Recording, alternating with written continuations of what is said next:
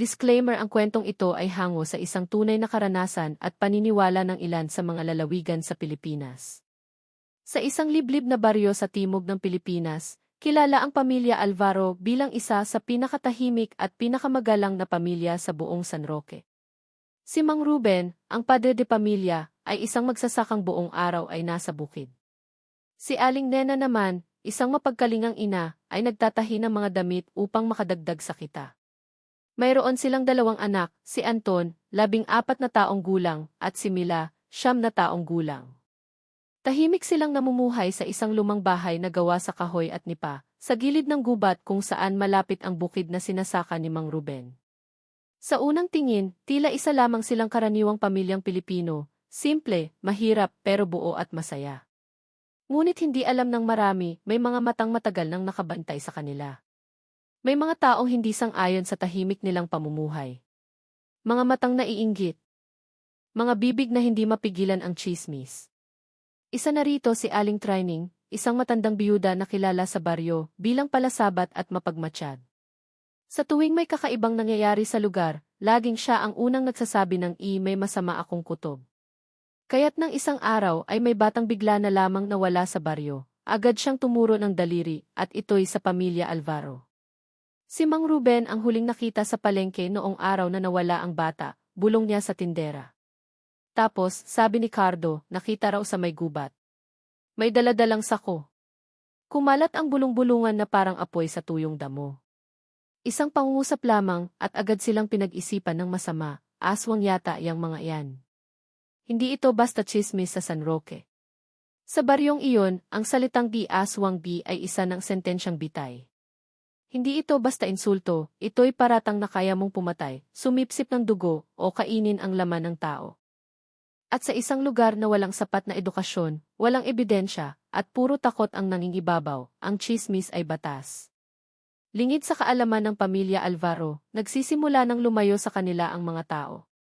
Ang dati nilang suki sa gulay ay hindi na bumibili. Ang mga batang dati kalaro ni Anton at Mila ay pinagbawalan ng lumapit. Ang mga mata sa simbahan tuwing linggo ay puno ng pagdududa. Kahit sa harap ng altar, tila hindi ligtas sa paghusga.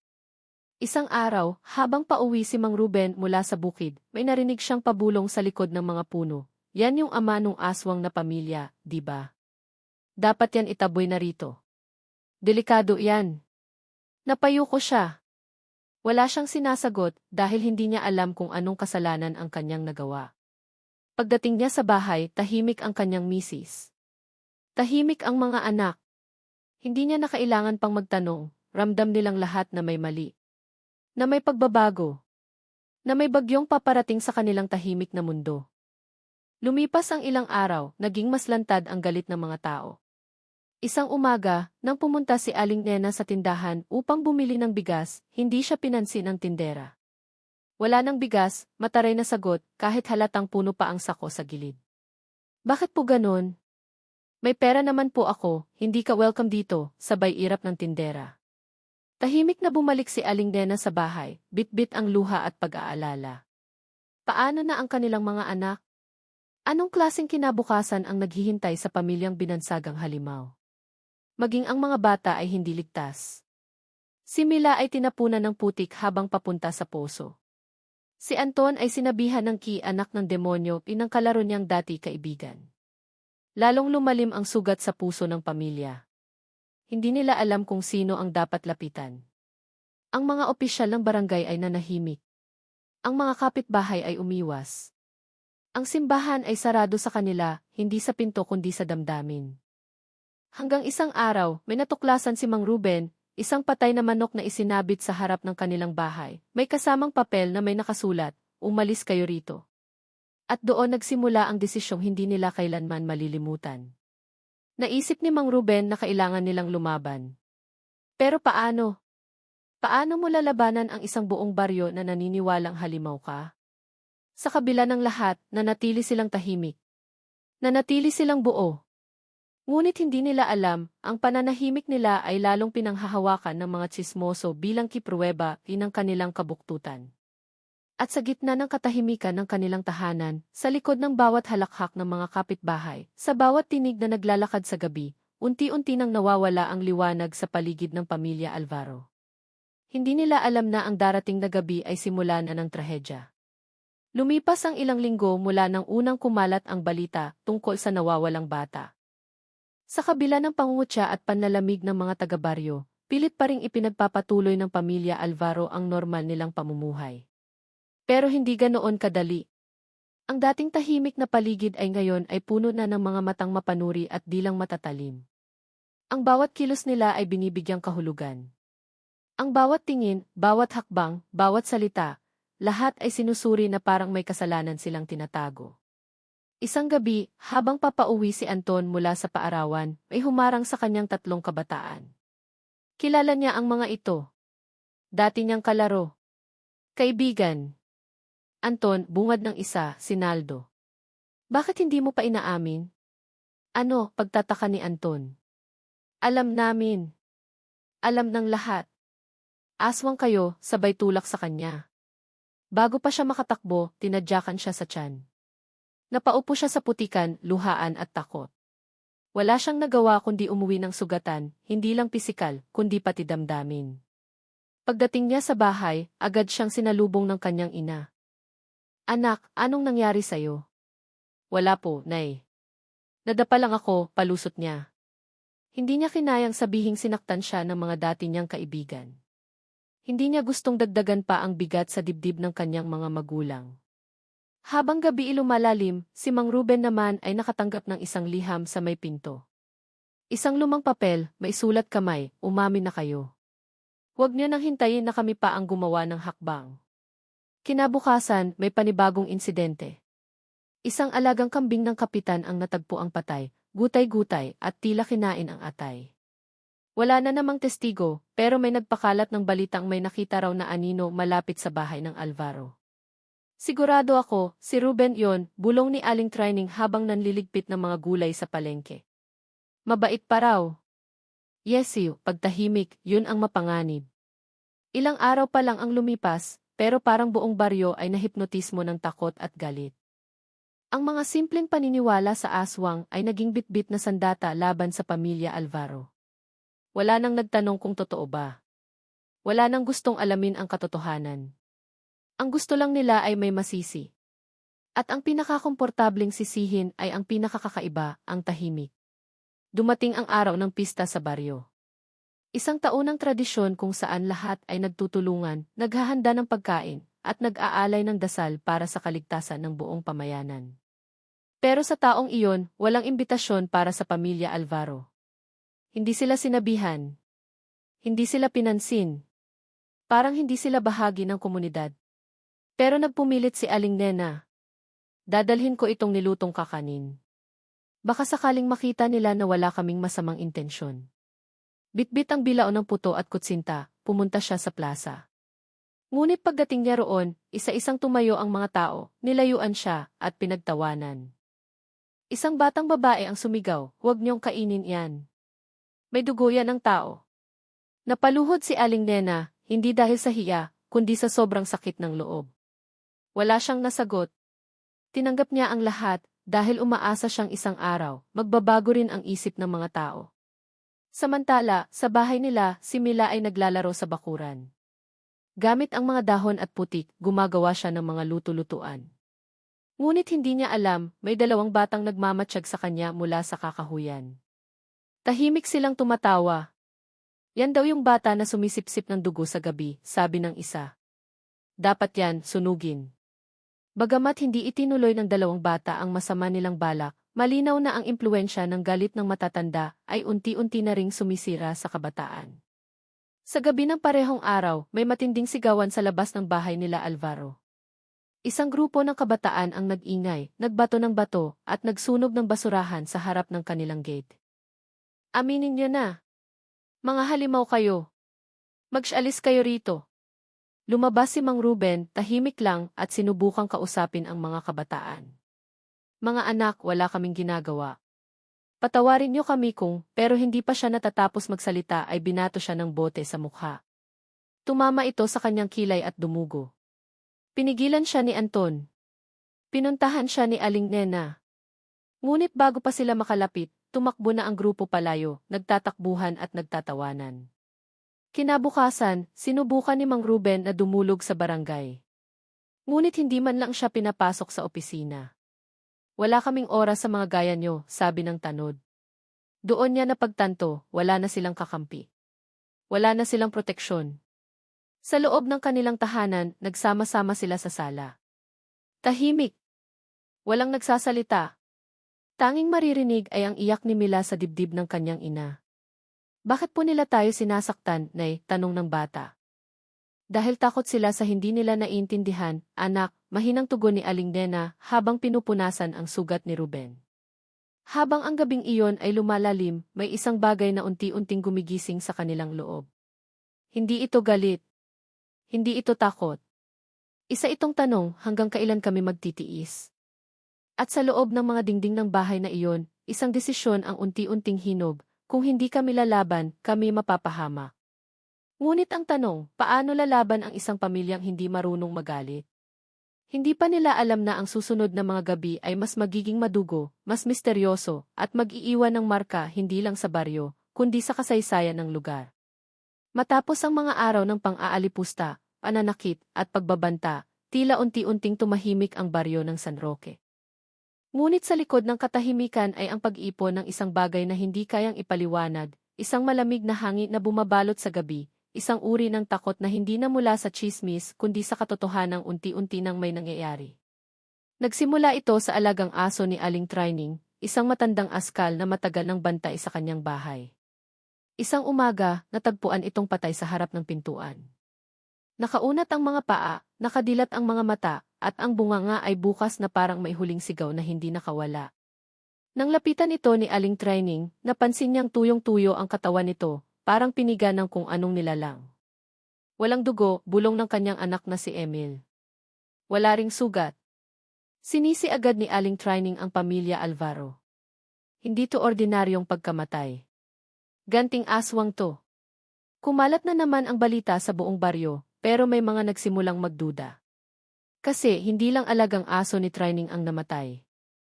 Sa sumunod na gabi, 3 manok ng kapitbahay ang natagpuang wala ring dugo, nakaayos pa na parang inihandog. Sunod-sunod. Hindi lang sa isang bahagi ng baryo. Para itong kinakalat, tila may sinusundan na padron. Ang pinakakakaiba, sa lahat ng insidente, laging may natatagpo ang itim na balahibo sa tabi ng bangkay. Makintab, malaki, parang balahibo ng uwak, pero hindi basta-basta matanggal sa lupa. Parang nakadikit. Muling nabuhay ang takot sa mga tao. Pero sa pagkakataong ito, hindi na lang sila galit sa pamilya Alvaro. Nagsimula na silang matakot sa posibilidad na baka nga totoo. Isang gabi, habang naglalakad pa uwi si Kapitan Tomas galing sa sabungan, may narinig siyang mga yapak sa likod ng damuhan. Huminto siya. Tahimik ang paligid. Ni kaluskos ng dahon ay wala. May tao ba riyan? Sigaw niya. Walang sumagot. Nagpatuloy siya sa paglalakad, pero mas mabilis na. Pakiramdam niya ay may sumusunod. Nang mapansin niyang ang anino niya sa ilaw ng buwan ay parang dalawa, agad siyang lumingon. Wala. Pagkarating niya sa bahay, nadatnan niyang nakabukas ang pinto, at ang ilaw sa sala ay nagkikislapan. Nang pumasok siya, tila may malamig na hangin na dumaan sa kanyang batok. Nanindig ang balahibo niya. Maria, tawag niya sa asawa. Walang sumagot. Dumiretso siya sa kusina. Wala roon si Maria. Pumunta siya sa kwarto, sarado. Nang binuksan niya ito, isang sigaw ang lumabas sa kanyang bibig. Si Maria, nakahiga sa kama, walang malay at nakanganga. Sa ibabaw ng dibdib nito, may nakaukit na simbolo gamit ang tila matalim na kuko, isang bilog na may 3 tuldok sa gitna. Isinugod niya si Maria sa health center at ayon sa nurse, hindi siya nasugatan. Hindi rin siya buntis. Pero parang nawala ng enerhiya ang buong katawan niya na parang pinaghinaan ng loob at kaluluwa. Kinaumagahan, nagdesisyon ang ilang mga lalaki sa baryo na silipin ang bahay ng Alvaro. Hindi tayo pwedeng basta matakot. Kung talagang sila ang may gawa nito, dapat tapusin na natin sila, sabi ni Naldo, ang leader ng grupo. Binitbit nila ang mga itak, torch, at rosaryo. Dumating sila sa bahay ng Alvaro ng 11:00 ng gabi. Tahimik ang paligid. Nakapatay ang ilaw. Walang tunog. Ni isang kuliglig ay tila tumigil sa pag-ingay. Baka nagtatago, bulong ni Cardo. Sunugin na natin ang bahay, suhestyon ng isa. Ngunit bago pa man sila makalapit, may biglang humuni sa paligid, isang malalim, matinis na tunog na tila nagmumula sa ilalim ng lupa. Napahinto ang grupo. Anong tunog yon? Tanong ni Naldo. At doon nila nakita, mula sa paligid ng bahay ay may naglalakad na anino. Isa. Dalawa. Tatlo. Hindi nila maaninag kung tao ba ito o hayop. Ang mga mata, pula, parang baga. Ang mga katawan, matitipuno, ngunit parang lumulutang. Napaatras ang grupo. Nagsisigaw. Nagkagulo. May isang napahandusay, nanginginig.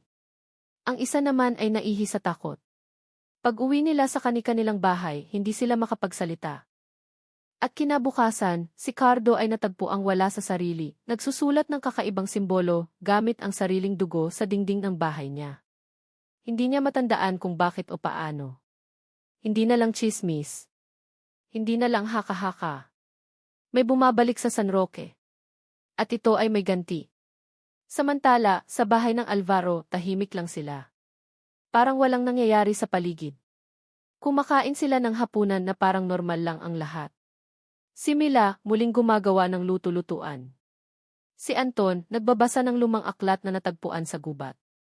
Si Aling Nena ay naglalagay ng langis sa pinto. Si Mang Ruben, nakatitig sa kandilang nakasindi sa gitna ng mesa. Handa na ba kayo? Tanong ni Ruben sa pamilya. Tumango silang lahat. Hindi sila nagagalit. Hindi rin sila masaya. Ngunit sa likod ng kanilang mata may naipong bigat. Isang kabiguan sa katarungan. Isang pangakong hindi kayang bawiin. Kung hindi nila kami tinanggap bilang tao, matututo silang igalang kami bilang anino. Matapos ang sunod-sunod na kababalaghan, mga hayop na natagpo ang tuyot sa dugo, mga misteryosong anino sa paligid, at mga taong nababaliw sa takot, unti-unting nabalot ng matinding tensyon ang buong baryo ng San Roque. Sa araw, tahimik at tila normal ang galaw ng mga tao. Ngunit sa gabi, lahat ay maagang nagsasara ng pinto, nagkakandado ng mga bintana, at nagdarasal ng taimtim. Ang simpleng baryo ay naging isang puok ng hilakbot. Ang pinakakakaiba, isang linggo na ang lumipas, at wala ni isa mang nakakita sa pamilya Alvaro. Wala na ring naririnig mula sa kanilang bahay. Sarado ang mga bintana at tila walang tao sa loob. Walang usok mula sa kalan, walang tunog ng paggalaw. Isang batang usisero ang sumilip sa likod ng bahay at ang tanging nakita niya ay isang bilog na guhit sa lupa, pinalibutan ng mga tuyong dahon at patay na ibon. Nagtipon-tipon ang mga taga-baryo. Siguro umalis na sila, sabi ni Kapitan Tomas. Naramdaman nilang ayaw na natin sa kanila kaya tumakas. Ngunit hindi lahat ay kampante. Si Emil, anak ni Aling Trining, ay may kakaibang panaginip gabi-gabi. Sa kanyang panaginip, may naririnig siyang iyak ng bata mula sa ilalim ng lupa. Hindi malakas, hindi rin marahas. Pero paulit-ulit. Parang humihingi ng tulong o gumigising ng isang bagay. Parang hindi sila umalis, naipbulong ni Emil. Parang nandito pa sila. Sinampal siya ni Aling Trining. Huwag kang magaganyan. Lalo mong tinatawag. Ngunit kahit siya, sa puso niya, alam niyang may kakaibang enerhiya sa paligid. Sa bawat pagdaan niya sa bahay ng mga Alvaro, pakiramdam niya may mga matang nakasilip mula sa dilim ng loob. Maging ang mga hayop sa baryo ay tila may nararamdamang hindi maipaliwanag. Ayaw lumapit ng mga baka at kambing sa gilid ng gubat. Ang mga aso, kumakahol sa wala tuwing hating gabi. Ang mga manok, nagsisimulang tumilaok kahit 2:00 pa lamang ng madaling araw. Isang gabi, may narinig na putok sa gitna ng baryo. Napag-alamang si Cardo, isa sa mga lalaking nagtangkang silipin ang bahay ng Alvaro, ay nagpaputok ng baril dahil may nakita raw siyang matandang babae na lumulutang sa kanyang bintana. Nakatingin siya sa akin, kap hindi siya nagsasalita. Pero naririnig ko sa isip ko, isoli mo ang dugo. Sa sobrang takot ni Cardo, nagpa siya ang kanyang pamilya na ipadala siya sa kamag-anak sa Maynila. Ngunit bago siya nakaalis, bigla siyang nawala. Walang bakas, walang paalam. Naiwan lang ang kanyang tsinela sa labas ng bahay at isang punit ng kanyang damit sa may sanga ng puno ng mangga. Nang makita ito ni Emil, napansin niyang may dugo sa dahon. Isang madilim na patak pero sariwa. Nang kanyang idikit ang kanyang daliri, bigla siyang nakarinig ng bulong. Hindi kami umalis, nanlaki ang kanyang mga mata.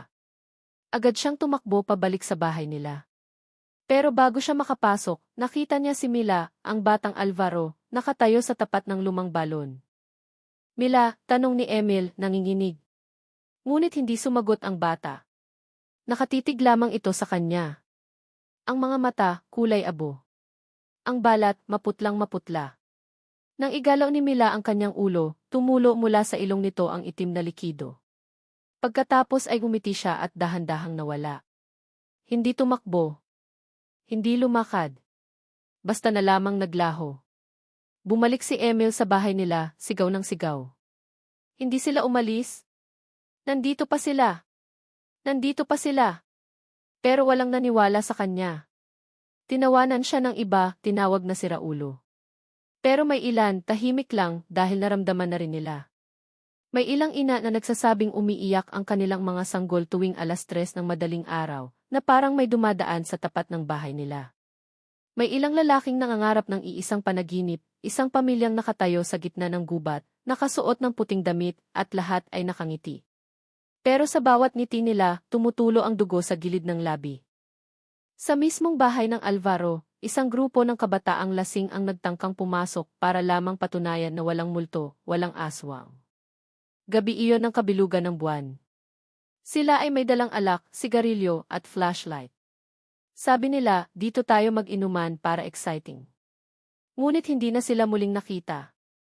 Kinabukasan, ang bahay ay tila mas madilim pa sa dati. Isang kandila na lamang ang nakasindi sa bintana, pero walang taong makalapit. Ang mga kalapit na puno ay tila natuyo. At ang hangin malamig kahit tirik na ang araw. Sinubukang pasukin ng barangay tanod ang bahay, pero sa bawat pagtatangka nilang buksan ang pinto, ang mga kandado ay biglang nag-iinit, parang pinapaso ang mga kamay nila. Doon na pagtanto ng mga taga-baryo, hindi na ito basta bahay. Isa na itong pugad ng isang bagay na higit pa sa aswang, higit pa sa espiritu. Isa na itong nilalakad na guni-guni ng kanilang sariling kasalanan. At sa gabi ng mismong kaarawan ni Anton, isang gabing dapat sana'y masaya, isang matandang babae ang naglakad sa plaza ng San Roque. Hubot-hubad, tulala at may dugo ang kamay. Kilala siya ng lahat, si Aling Luming, ang lola ni Cardo. Sumisigaw siya habang umiiyak, bumalik sila. Hindi sila umaalis. Pinapatay nila tayo sa takot. Isinugod siya sa health center, pero wala nang maayos na maisalaysay. Inuulit-ulit lang niya ang isang parirala, magsisisi kayong lahat. Gising na sila. At mula noon, walang isa mang taga-baryo ang muling nagtangkang pumasok sa bahay ng mga Alvaro. Sa araw, ito'y isang abandonadong tahanan. Sa gabi, isa itong altar ng sumpa. At sa bawat pagtakip silim, may mga matang muling bumubukas sa kadiliman, nagmamasid, naghihintay at handang lumabas. Matapos ang hindi maipaliwanag na pagkawala ng pamilya Alvaro at ang mga sunod-sunod na kababalaghan, sinikap ng mga taga San Roque na ibalik sa normal ang kanilang pamumuhay. Ngunit kahit pilit nilang pinapaniwala ang sarili na tapos na ang lahat, may isang bagay na hindi nila kayang takasan, ang takot. Hindi lang basta takot sa mga aswang na dati nilang pinagbibintangan, kundi ang takot sa sarili nilang mga budhi. Dahil kahit anong paliwanag ang gawin nila, kahit anong dasal ang kanilang sambitin, unti-unti nilang nararamdaman ang mabigat na kamay ng hustisya, hindi mula sa batas ng tao, kundi mula sa mga nilalang na nasaktan, inapi at isinumpa. Ang simula ng ganti, si Aling Training siya ang pasimuno ng tsismis. Ang nagturo ng daliri.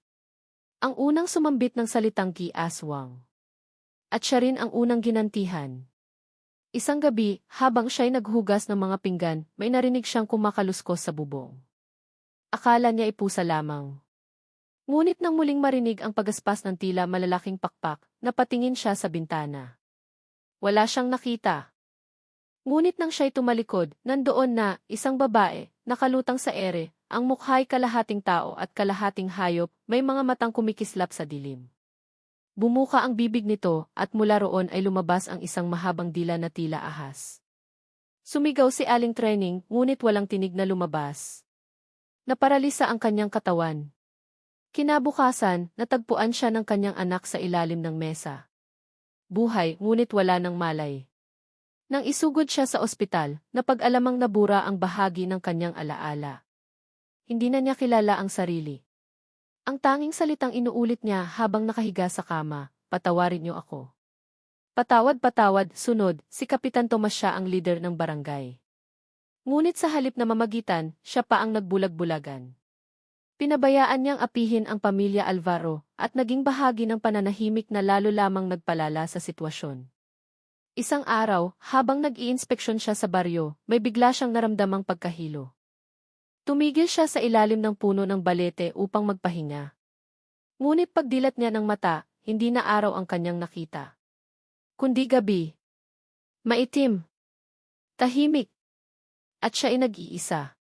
Sa gitna ng dilim, narinig niya ang mga yapak ng maraming tao. Nang tumingin siya sa paligid, nakita niya ang anino ng buong pamilya Alvaro. Lahat sila nakasuot ng puti, pero duguan. Hindi sila lumalakad. Hindi rin nagsasalita. Nakatitig lang.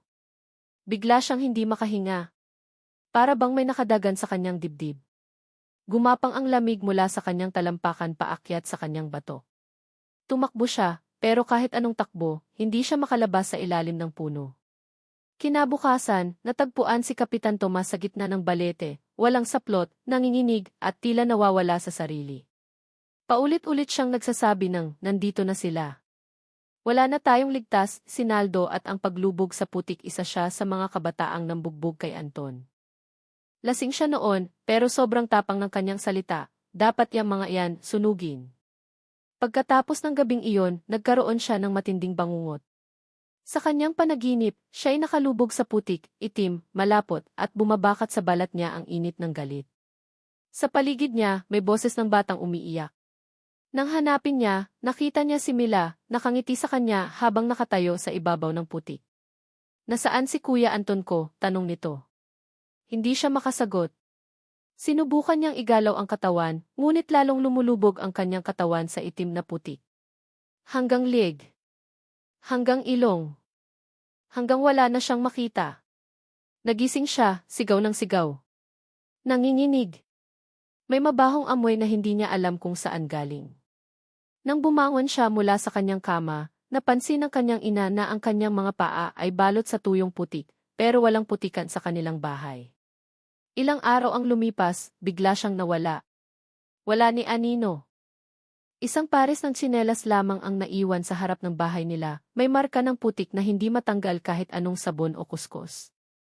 Mga misteryosong pagkawala sa bawat linggo, may isang nawawala sa baryo. Minsan bata. Minsan matanda. Minsan aso o manok. Walang tiyak na pattern. Ngunit isa lang ang malinaw. Lahat ng nawawala ay may kinalaman sa pang-aalipusta sa pamilyang Alvaro. May isang gabing may narinig ang mga tao na tila iyak ng sanggol mula sa kakahuyan. Ang ilang ina, biglang nagising sa gitna ng gabi na may dumadaloy na malamig na hangin sa kanilang dibdib, parang may sumisipsip ng init mula sa kanilang katawan. Sa mga umaga, may mga bangkay ng ibon na natatagpuan sa pintuan ng mga bahay na minsang sumali sa kaguluhan laban sa pamilya Alvaro. Ang pinakanakatakot ay ang insidente kay Padre Lorenzo. Siya ang pari sa baryo na kung saan hindi nagbukas ng simbahan sa pamilya Alvaro noong huling misa nila. Isang araw, habang nagro-rosaryo siya, bigla na lang nabasag ang estatwa ng Birheng Maria sa loob ng simbahan. Tumilapon ang ulo nito sa harap niya, at sa basag na bahagi ng mukha, lumabas ang isang maitim na likido. Kinabukasan, hindi na rin nakita si Padre Lorenzo. Ang simbahan ay isinara, at mula noon, walang pari ang nagtagal sa lugar ng mahigit isang araw. Ang tunay na ganti hindi ito simpleng paghihiganti. Ito ay pagsingil.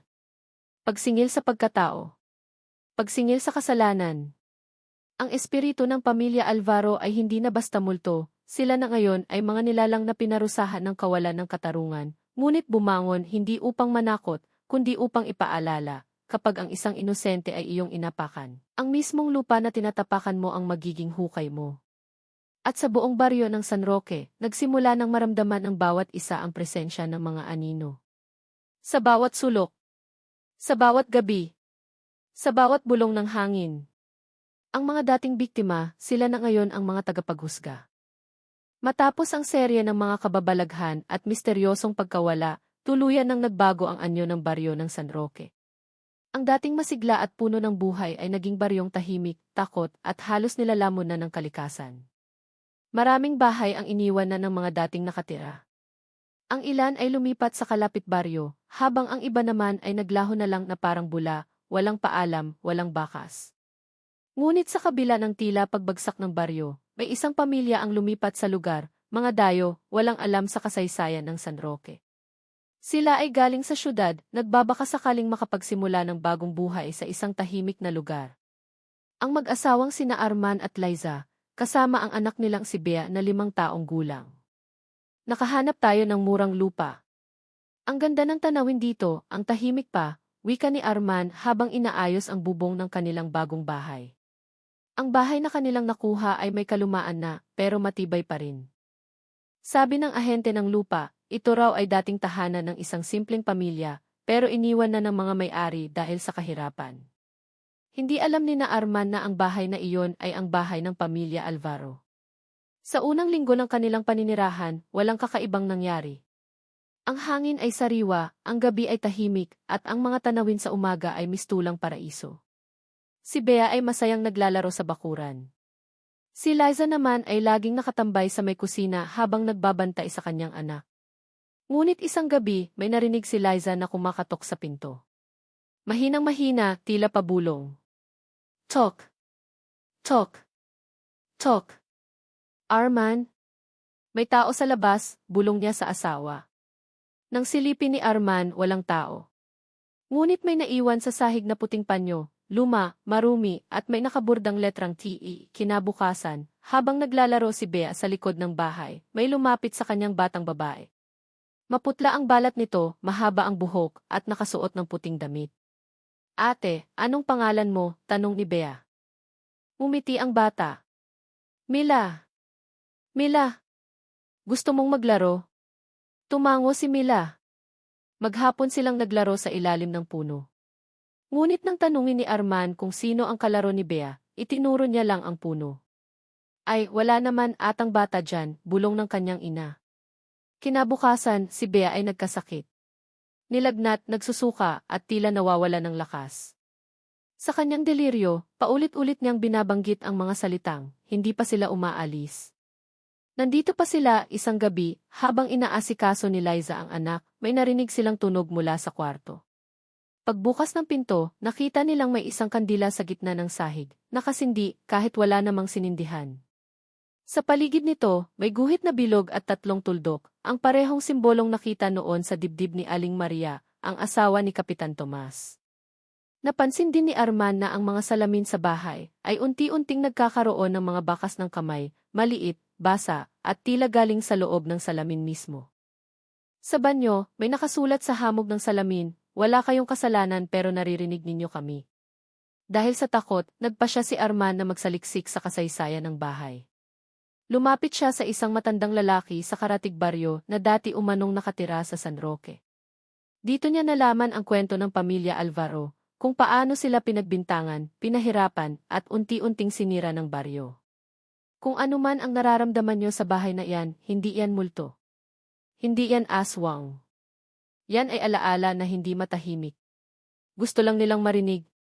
Gusto lang nilang kilalanin. Pagbalik ni Arman, dinatnan niyang muling naglalaro si Bea sa bakuran. Ngunit sa halip na masaya, ang kanyang anak ay tila walang ekspresyon sa mukha. Anak, anong ginagawa mo? Si Mila po gusto niyang ipakita sa akin ang pamilya niya. Nasaan si Mila? Hindi sumagot si Bea. Tumayo lang siya at itinuro ang gubat. Kinabukasan, nawala si Bea. Nagtulungan ang mga kapitbahay upang hanapin siya. Sa kakahuyan, sa tabing ilog, sa ilalim ng mga puno. Ngunit kahit saan sila tumingin, walang bakas ng bata. Hanggang sa may sumigaw, dito. Sa gitna ng kakahuyan, sa ilalim ng lumang punong mangga, natagpuan nila si Bea, nakaupo, hindi umiiyak, hindi takot. Sa harap niya, isang bilog sa lupa, at sa loob nito ay 4 na anino, pamilya. Si Anton, si Mila, si Aling Nena, at si Mang Ruben. Tumingin si Bea kay Arman at nagsalita, sila ang pamilya Alvaro. Hindi sila masama. Sila lang ay nasaktan. Pagbubunyag ng albularyo ng mabalitaan ng isang matandang albularyo ang mga pangyayari, bumisita ito sa bahay ng pamilya. Tinignan niya ang paligid, dinama ang hangin at nagsindi ng insenso. Matagal na silang narito. Hindi para manakit, kundi para magpaalala, sabi ng matanda. At hindi sila umaalis dahil hindi pa rin sila nabibigyang hustisya. Ang baryo mismo ang isinumpa. Kaya ang bawat taong tatapak sa lupa ng San Roque ay maririnig ang iyak ng kanilang mga alaala. Sa gabi ring iyon, muling nagsindi ng kandila si Liza. Hinawakan ni Arman ang kamay ng kanyang asawa at magkahawak kamay nilang kinausap ang mga anino sa paligid. Patawad kung kami napunta sa lugar ng inyong sakit. Hindi kami bahagi ng lumipas, pero pakikinggan namin kayo. Hindi namin kayo isasantabi. Sa unang pagkakataon, tumigil ang pagaspas ng hangin. Tumigil ang iyak. At nakita nilang unti-unting nawawala ang mga bakas sa salamin. Ngunit bago sila makatulog, muling nagpakita si Mila sa may pintuan. Umiti ito at sabay sabing, hindi pa tapos ang lahat. May huling gabi pa. Matapos ang maraming gabing pinuno ng kababalaghan, biglang naging payapa ang baryo. Wala nang kaluskos sa bubong, wala nang iyak ng sanggol sa gabi, at wala na rin ang mga misteryosong anino sa paligid. Ngunit para kina Arman, Liza, at ang kanilang anak na si Bea, ang katahimikang iyon ay hindi kapanatagan, bagkus ay tila isang babala. Isang gabi bago sila balak lisanin ang San Roque, habang nakahiga si Arman, bigla siyang napabalikwas. May malamig na hangin sa loob ng kanilang kwarto, pero sarado ang lahat ng bintana. Sa may paanan ng kama, nakita niya si Mila. Nakaupo. Tahimik. Ngunit ngayon, iba ang itsura nito. Hindi na siya bata. Ang mukha nito ay mailungkot at galit. Ang mga mata ay mailuha ngunit naglalagablab sa pula. Sabi ko, di ba may huling gabi pa, bulong nito. Nagising si Liza sa sigaw ni Arman. Ano iyon? Bakit ka sumisigaw? Si Mila, nakita ko siya, nandito siya. Ngunit paglingon nila, wala nang kahit sino. Ang panaginip ni Liza kinagabihan, si Liza naman ang nanaginip. Sa kanyang panaginip, nasa gitna siya ng baryo. Sa paligid ay ang mga taong umapi sa pamilya Alvaro, nakapila, nakayuko, at tila pinaparusahan. Sa gitna ay ang pamilya Alvaro, nakasuot ng itim, at lahat ay maihawak na kandila. Lumapit si Aling Nena at bumulong sa kanya, hindi lang kami ang dapat maglaho. Dapat marinig ang katotohanan. Ikaw ang magiging tinig. Pagkagising ni Liza, tumulo ang luha sa kanyang mga mata. Hindi niya alam kung bakit, pero dama niyang punong-puno ng hinanakit ang kanyang panaginip. Isang huling desisyon ng araw na iyon, nagpasya sina Arman na umalis kinabukasan. Hindi na nila kayang manatili sa lugar na iyon. Hindi dahil sa takot, kundi dahil sa respeto. Ayaw na nilang gambalain ang katahimikan ng mga espiritong naroon. Ngunit bago sila umalis, may isang bagay na kailangang gawin, isang seremonya, isang paghahandog, isang paghaharap. Pinuntahan nila ang lumang punong mangga, ang lugar kung saan unang nakita ni Bea ang buong pamilya Alvaro sa anyong anino. Dala nila ang kandila, insenso, at ilang pagkain na iniluto ni Liza, kanin, prutas, at isang mangkok ng tinola, paborito umano ni Anton, ayon sa mga matandang kapitbahay. Habang pinapalibutan ng kandila ang ilalim ng puno, sabay-sabay silang nagdasal. Hindi nila alam ang eksaktong dasal na kailangang bigkasin, pero mula sa puso, sabay-sabay nilang binigkas, patawad sa mga kasalanan ng mga nauna sa amin. Naway matahimik na kayo. Hindi namin kayo kinakalaban. Nakikinig kami at ikukwento namin ang nangyari. Hindi ito mananatiling lihim. Hindi kayo mananatiling biktima ng katahimikan. Pagkatapos ng dasal, biglang dumaloy ang malamig na hangin. Umikot ito sa paligid nila.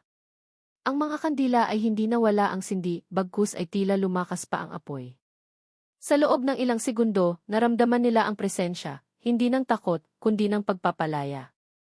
Sa may anino ng puno, nakita nilang muli si Mila, ngayon ay nakangiti. Kasama niya sina Anton, Aling Nena, at Mang Ruben. Hindi na sila multo. Hindi na sila mabigat. Tila liwanag na sila ngayon. Bumulong si Anton kay Arman, maraming salamat. Ikaw ang unang nakinig. Pag-alis sa San Roque kinabukasan, maaga pa lang ay inimpake na ng pamilya ang kanilang gamit. Sa pag-alis nila sa baryo, huminto si Arman saglit at tumingin sa lumang bahay ng mga Alvaro. Doon niya muling narinig ang mahina at malamig na tinig ni Mila, "Kwento niyo kami ha." Para hindi na sila matakot sa mga gaya namin tumango si Arman, at kasabay ng pagsara ng pinto ng sasakyan, parang unti-unting nawala ang bigat sa hangin. Pagdating nila sa syudad, agad nilang isinulat at ibinahagi ang kwento ng pamilya Alvaro sa social media. Lumaganap ito. Maraming netizen ang nakiisa, nagalit, nalungkot at naantig sa istoryang matagal ng tinakpan ng katahimikan. Maging ang media ay nainteres at pinuntahan ang baryo upang siyasatin ang kasaysayan nito. Hindi naglaon, isang dokumentaryo ang inilabas tungkol sa pamilyang inusig ng takot. Sa unang pagkakataon, nabigyan ng boses ang mga biktima. Ang huling paalala isang gabi, habang sinusulat ni Liza ang huling bahagi ng blog tungkol sa kwento ng mga Alvaro, biglang bumukas mag-isa ang bintana ng kanilang apartment. Dumaloy ang malamig na hangin, at sa screen ng kanyang laptop ay biglang nag-blink ang isang mensahe, "Salamat." Ngumiti si Liza, isinara ang bintana, at tinapos ang kwento. Sa labas ng apartment nila, isang batang babae na nakaputi ang tila naglalakad palayo. Nang lingunin ito ni Bea, ngumiti rin siya. "Bae, Mila," bulong ng bata. Lumipas ang maraming buwan mula nang iwan ni na Arman, Liza, at Bea ang baryo ng San Roque. Sa kanilang pagbabalik sa syudad, tila bumalik ang normal nilang buhay, masaya, tahimik, at puno ng bagong pag-asa. Ngunit sa kabila ng lahat, dala pa rin nila ang alaala ng baryong minsang naging tahimik na saksi ng kalupitan, takot, at kasinungalingan. Ang kwento ng pamilya Alvaro ay hindi na nanatiling sikreto. Tulad ng kanilang ipinangako, sina Arman at Liza ay naglabas ng kwento, gumawa ng dokumentaryo, at nakipag-ugnayan sa mga lokal na istoryador upang imbestigahan at ilathala ang mga tunay na pangyayari. Pag-angat ng kwento ang simpleng blog post ni Liza tungkol sa pamilyang napagbintangang aswang ay kumalat sa social media. Libo-libong shares, comments, at messages ang dumating. May mga nakarelate, may mga natakot, pero higit sa lahat, may mga nagising. Maging ang mga pamantasan ay nagsimulang magsaliksik tungkol sa kaso.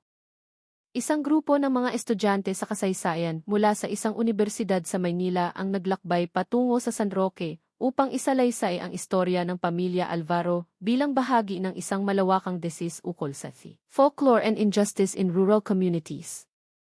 Ang kwento ay umabot pa sa telebisyon at nagkaroon ng isang espesyal na palabas na pinamagatang Ang Tunay na Aswang ng San Roque, isang dula-dulaan na naglalahad ng buhay at kamatayan ng pamilya Alvaro, at kung paanong ang mga tsismis at takot ay pwedeng maging mas mapanganib kaysa sa mismong mga halimaw. Mga bumabalik na alaala isang araw, habang si Liza ay abala sa isang panayam sa radyo tungkol sa kanilang karanasan, may tumawag na matandang babae. Mahina ang boses, nanginginig, ngunit malinaw ang mensahe. "Ako po si Herminia, ako po ang naging dahilan kung bakit siniraan si Mang Ruben. Ako po ang nagsimulang magkalat ng tsismis dahil may inggit ako sa kanyang pamilya." Hindi ko alam na mauwi sa ganon na tahimik si Liza. Sa pagkakataong iyon, napagtanto niya kung gaano kalalim ang ugat ng lahat, hindi ito tungkol sa aswang, hindi sa mahika, kundi sa kasalanan ng komunidad, ang pananahimik, paninisi, at paniniwala sa sabi-sabi. Paglalantad ng lihim kasunod ng pagbubunyag ni Herminia, may ilang matatanda sa dating baryo ng San Roque ang nagsimulang umamin. Ilan sa kanila ay pumayag na ikwento ang totoo, na walang aswang sa pamilya Alvaro, na ang sugat ng lipunan ang siyang tunay na halimaw. Ang pinakamatinding revelasyon, ang dating kapitan ng baryo, si Kapitan Tomas, ay matagal nang tinago ng kanyang mga kaanak sa ibang bayan matapos mamatay si Mang Ruben.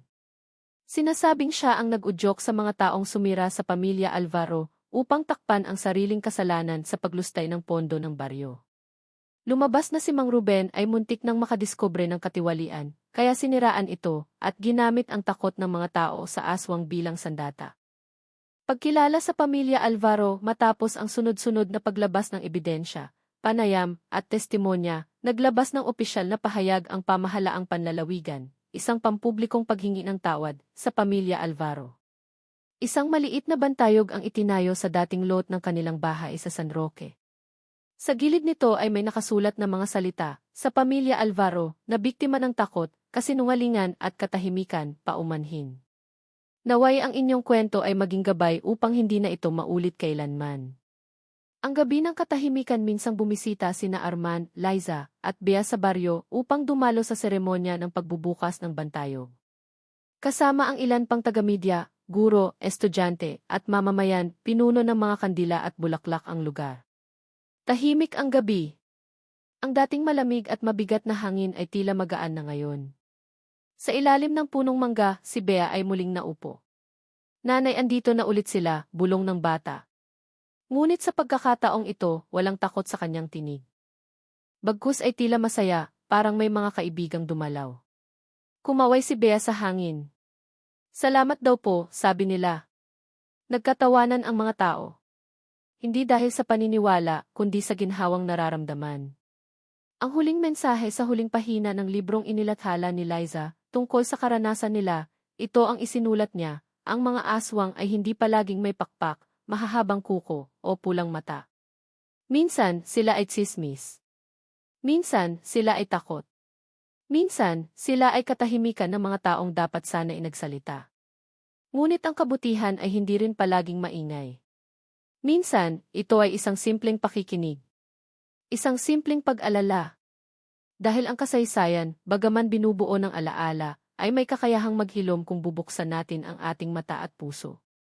Pagwawakas ang kwento ng pamilyang Alvaro ay hindi lamang kwento ng kababalaghan. Ito ay salamin ng ating lipunan, ng ating kahinaan, ng ating takot, at ng ating kakayahang bumawi. Sila ay hindi na multo, kundi bahagi na ng kasaysayan. At sa tuwing may maniniwala, may makikinig, at may magpapasa ng kanilang kwento, hindi na sila mawawala. 19.